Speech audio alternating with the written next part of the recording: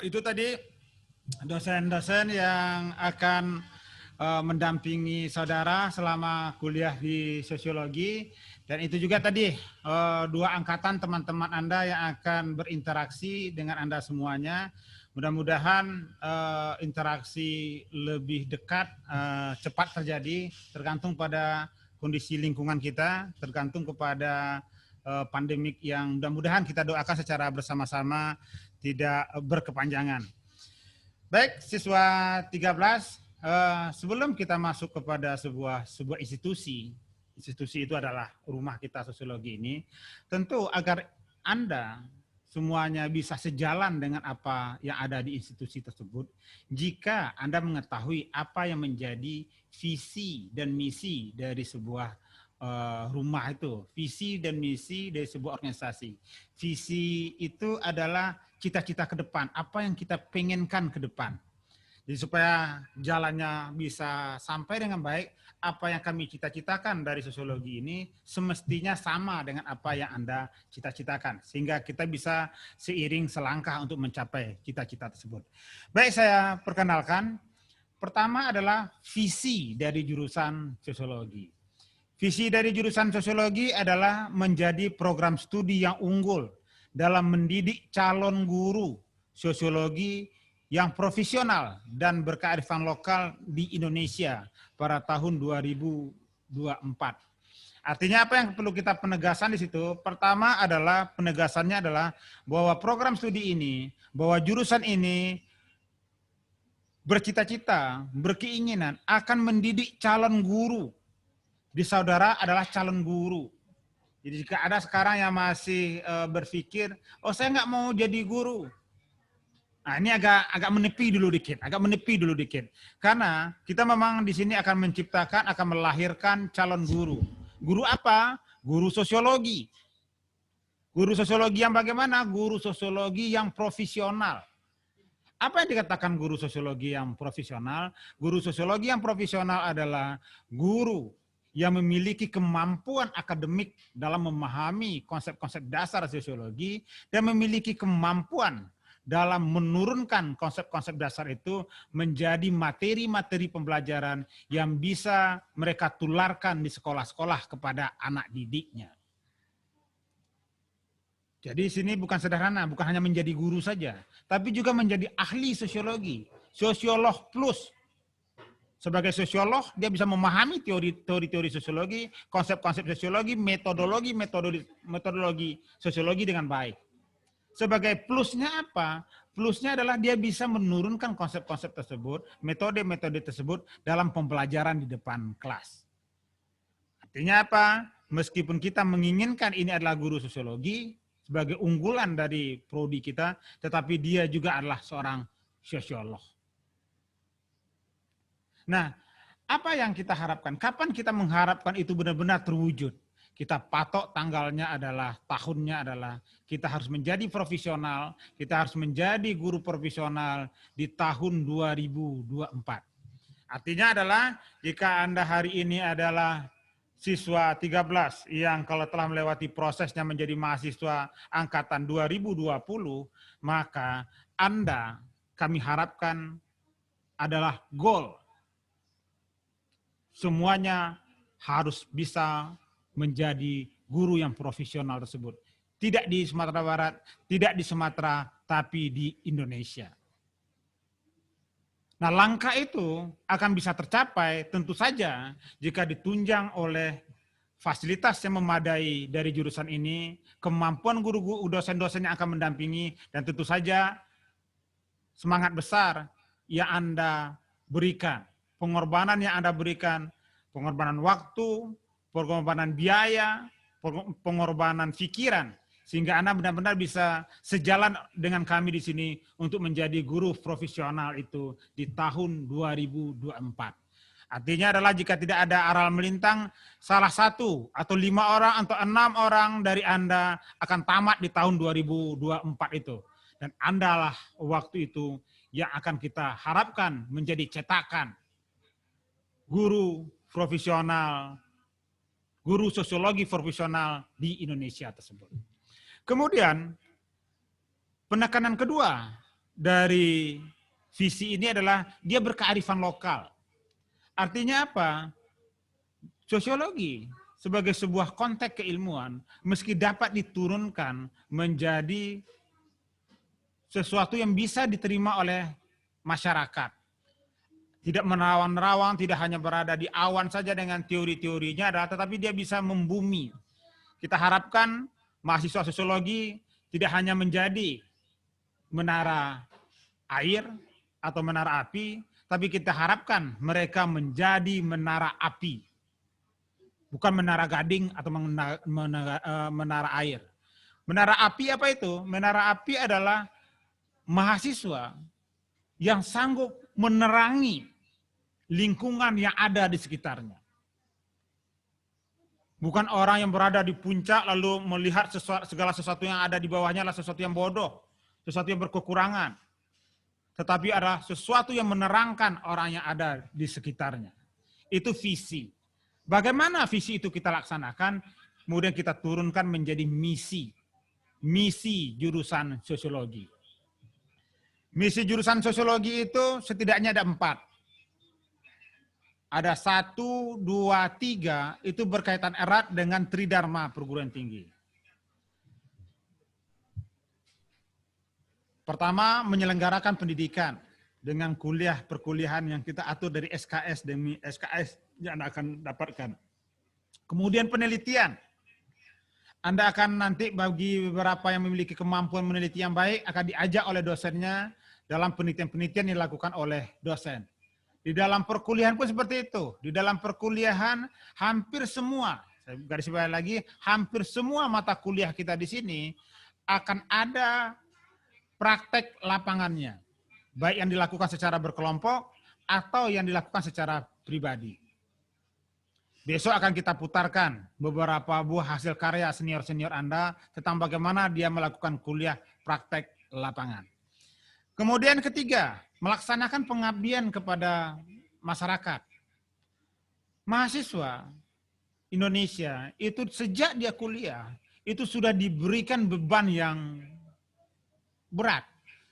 Dia tidak hanya dipersiapkan menjadi sarjana, tapi sejak dia menjadi mahasiswa, dia sudah diberikan beban untuk menjadi agen perubahan pada lingkungan di sekitarnya. Maka dia harus menjadi pengabdi kepada masyarakat. Yang terakhir adalah bagaimana kita juga di sini bersama-sama melakukan pengembangan kelembagaan. Pengembangan kelembagaan supaya sosiologi sebagai sebuah jurusan bisa berkembang, bisa terus menunjukkan eksistensinya di dunia pendidikan untuk bangsa. Itu yang sesuai dengan spirit kita tadi. Demi ilmu, demi pendidikan, dan kita persembahkan semuanya untuk bangsa ini.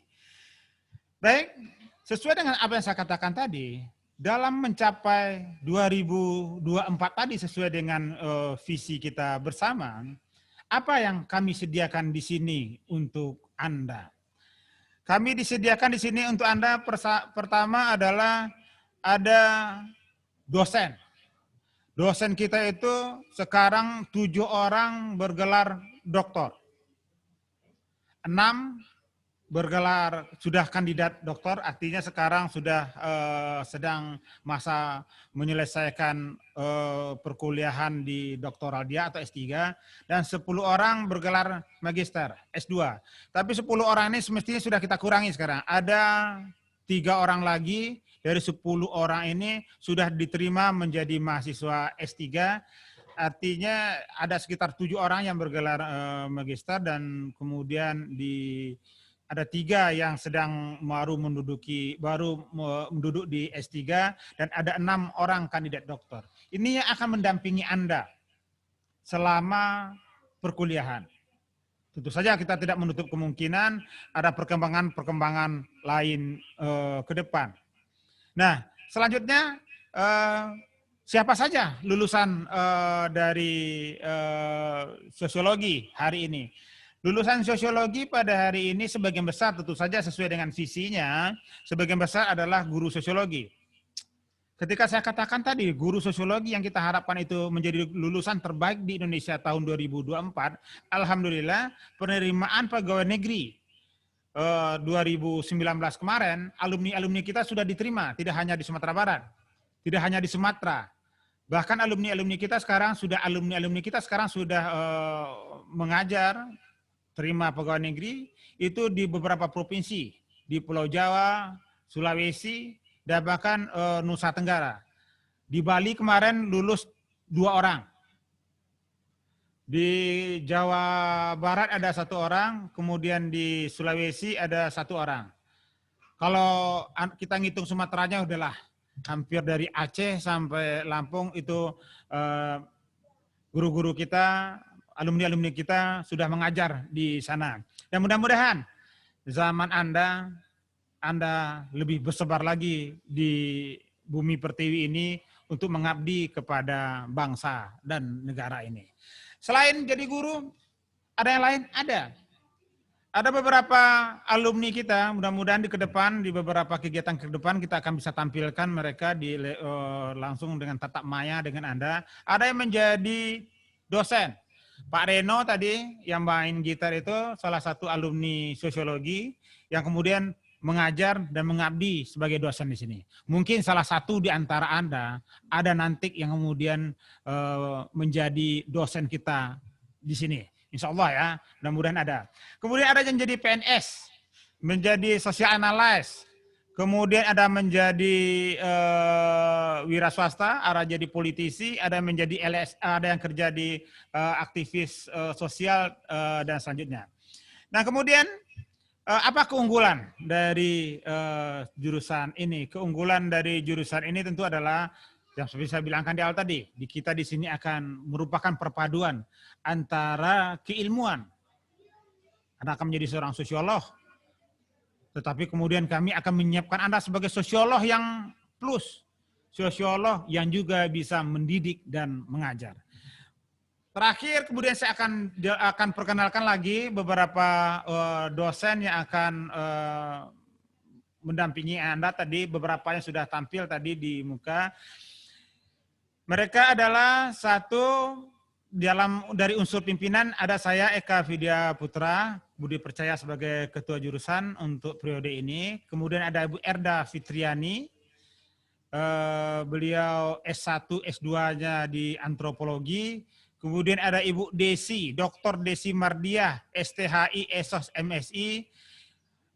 Beliau S1-nya 2, ada di Usuludin dan di sosiologi. Kemudian S2, S3-nya di sosiologi, alumni Universitas Andalas, dan kemudian S2, S3-nya di Universitas Gajah Mada. Kemudian penanggung jawab bidang kemahasiswaan yang akan banyak berinteraksi dengan Anda nantinya ada Bapak AB Sarca Putra, Eskom MA. Beliau S1, S2-nya di ilmu komunikasi. Kemudian ada Ketua UPMI, Unit Penjamin Mutu Internal. Ada Pak Reno Fernandes, SPD, MPD. Beliau S1, S2-nya di bidang kependidikan dan alumni sosiologi. Selanjutnya, tadi ada Pak Emizal Amri, Dr. Randus Emizal Amri, MPD, MSI. Sudah Anda perkenalkan tadi, beliau paling senior di antara kita yang ada, pernah menjadi ketua jurusan juga, dan pernah menjadi wakil dekan 1. Kemudian lebih kecil sedikit aja dibandingkan Pak Emizal Amri, ada Bapak Dr. Randus Ikhwan, MSI. Beliau kandidat doktor, S1, S2 dia sosiologi, S3 dia di lingkungan, dan pernah juga menjadi wakil dekan 3 di fakultas. Selanjutnya Bapak Junaidi, SPD, MPD. Beliau akan ketemu sama Anda nanti di mata kuliah yang berhubungan dengan kependidikan. Termasuk dengan micro teaching nanti bagaimana Anda memperoleh ilmu, memperoleh keterampilan, bagaimana teknik mengajar nantinya. Kemudian ada Ibu Nora Susilawati, ESOS, MSI. Beliau ini baru melanjutkan studi ke S3 juga. Pernah menjadi ketua jurusan, di bawah Ibu Nora Susilawati lah akreditasi sosiologi ini terakreditasi A. Kemudian ada Pak Dr. Erian Joni, ESOS, MSI. S1, S2 beliau adalah sosiologi dan doktor dia adalah di kependidikan sosiologi. Selanjutnya ada Bapak Adri Febrianto, SOS MSI. S1, S2 beliau di antropologi dan sekarang sedang menyelesaikan program doktoral di Universitas Indonesia. Selanjutnya ada Ibu Ike Sylvia, SIP MSI.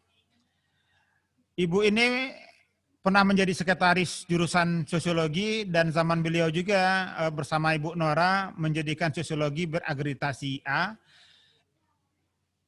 Beliau sekarang sudah sedang melanjutkan di program S3 dan kita doakan supaya Anda bertemu dengan Ibu Ike ini. Dengan Ibu Ike inilah Anda merasakan statistik menjadi mudah, kata saya.